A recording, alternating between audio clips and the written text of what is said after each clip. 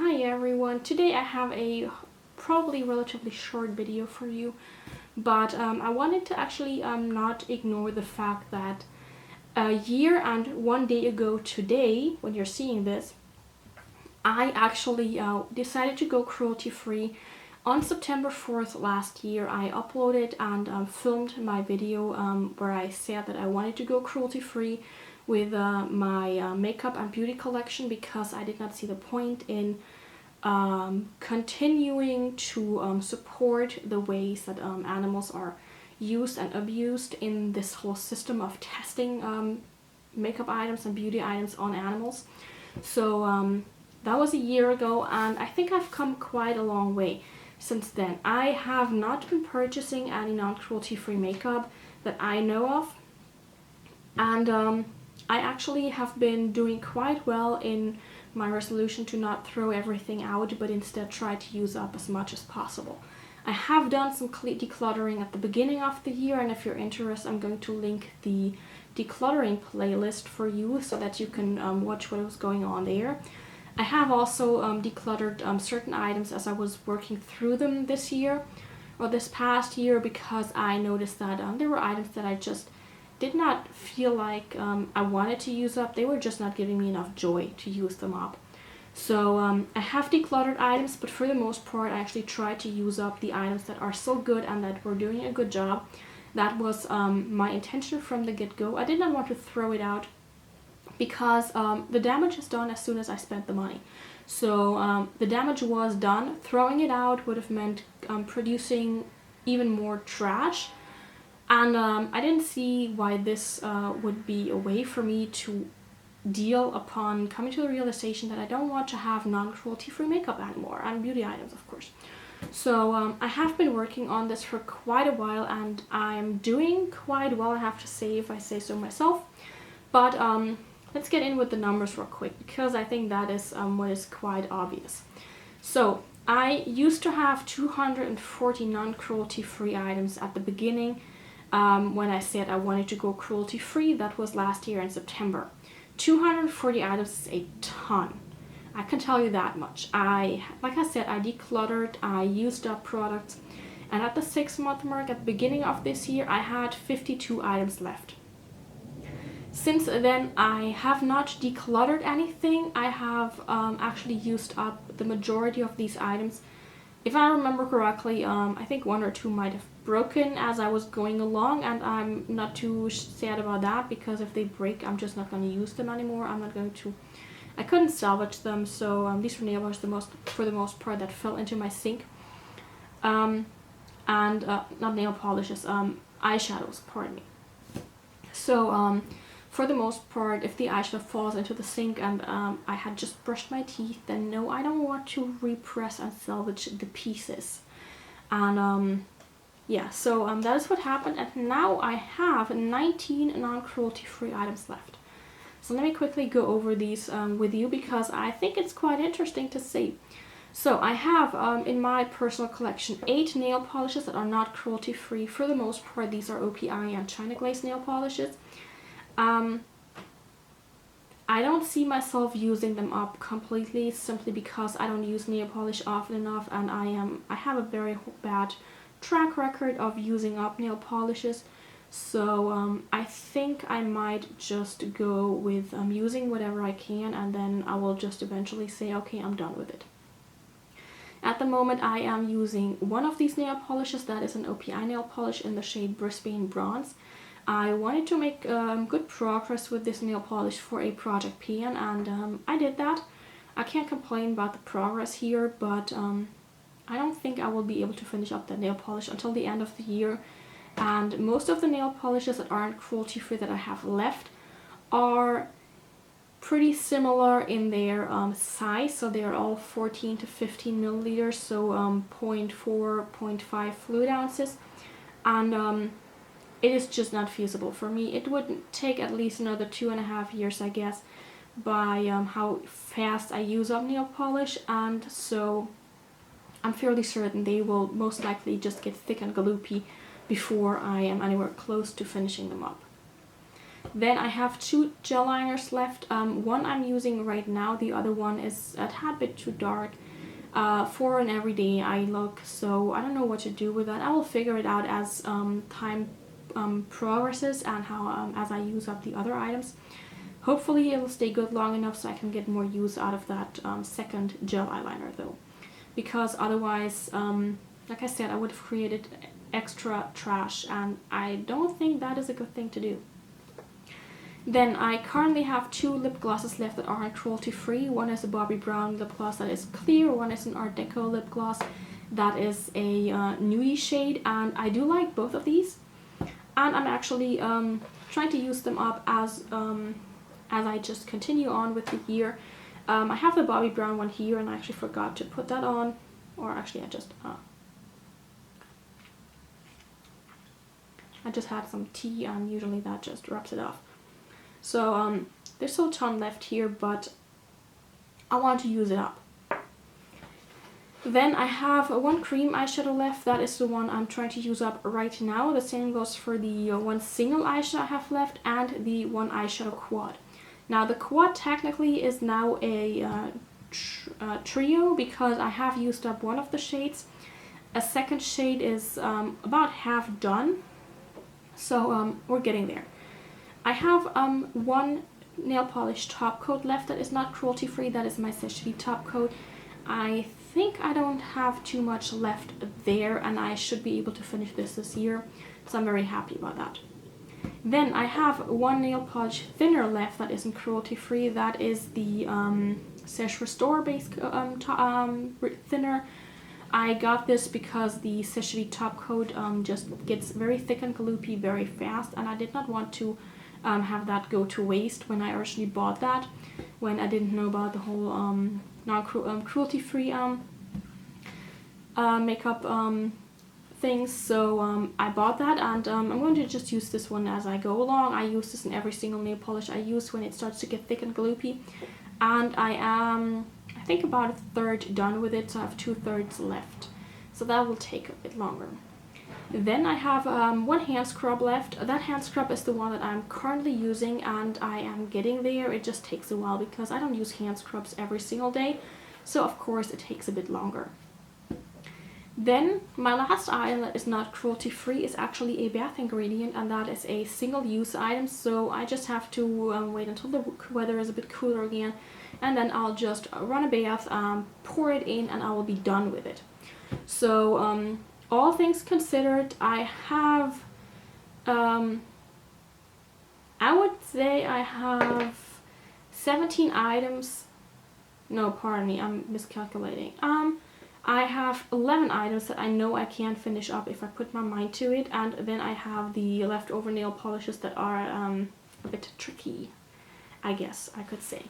So I am okay with that. I have been trying diligently to work on project pans, which is why I have so many project pans going at the moment. But I just want to work on project pans and use these items up because I want them out of my collection, and I'm doing quite well. Because if you notice, there are a lot of products here that I don't even need to mention anymore in my non-cruelty-free stats, because they're all cruelty-free. I only have cruelty-free primers, foundations, blushes, bronzers, highlighters,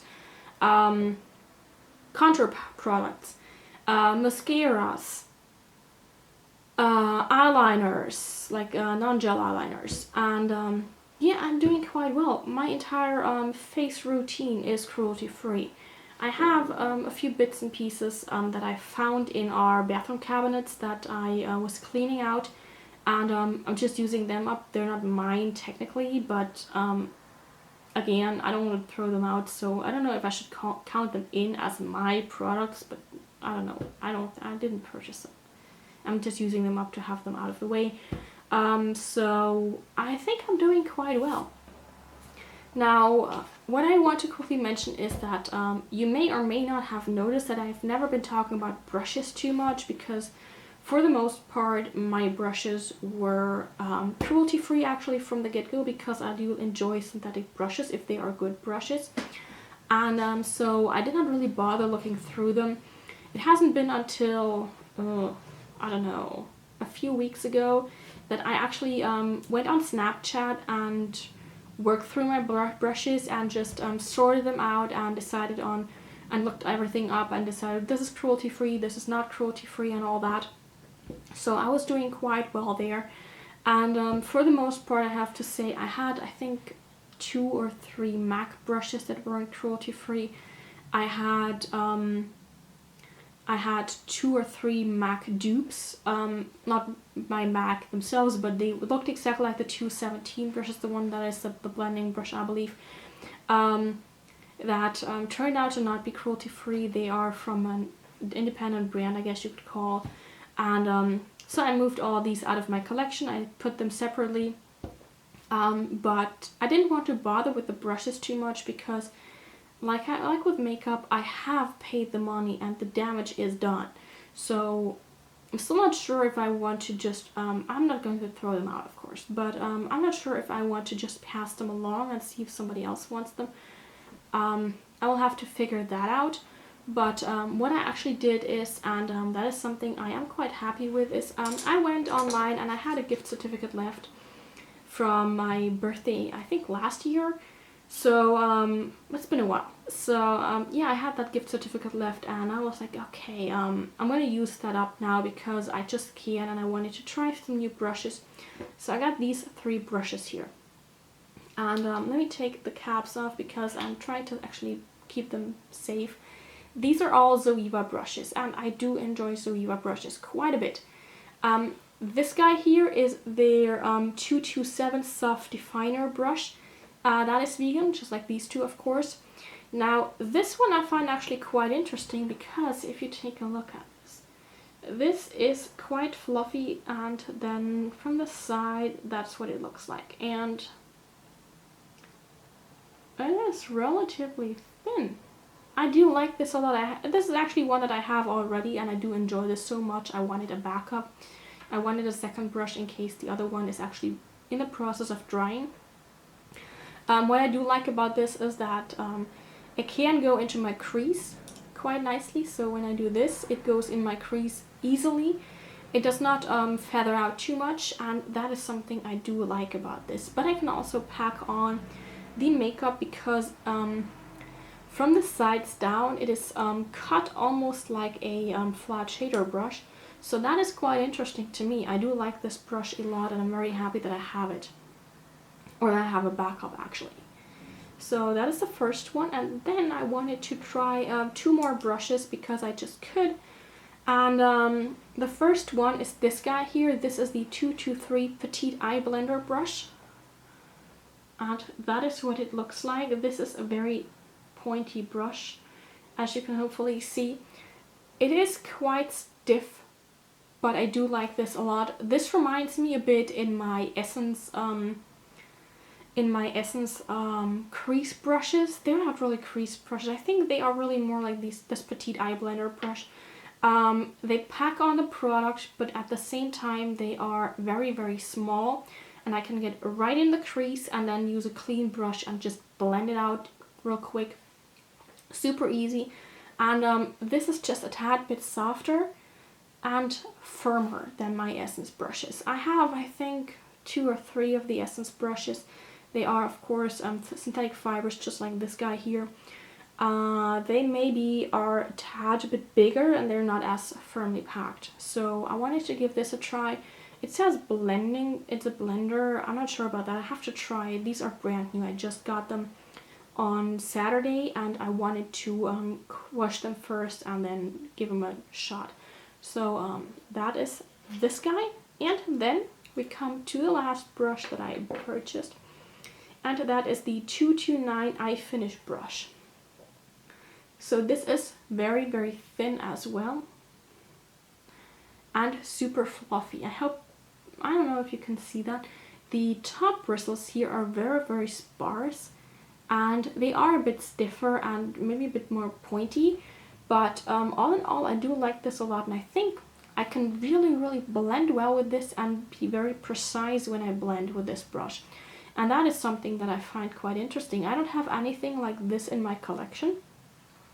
So I just figured I would give this a try, and if I do like this enough, I may actually get a backup of that as well, because I think it's a good thing to have a brush that is a blending brush, but that is very, very precise and not very thick and dense. So with this, I think I can either apply a tiny bit of eyeshadow in a very specific area, or I can blend out eyeshadow in just that one area that I want to blend out in. Most of my other brushes have been quite big, and I feel like I don't have a lot of space up here. If I'm not careful, it always gets way too high up on my brow bone almost, and I don't like that.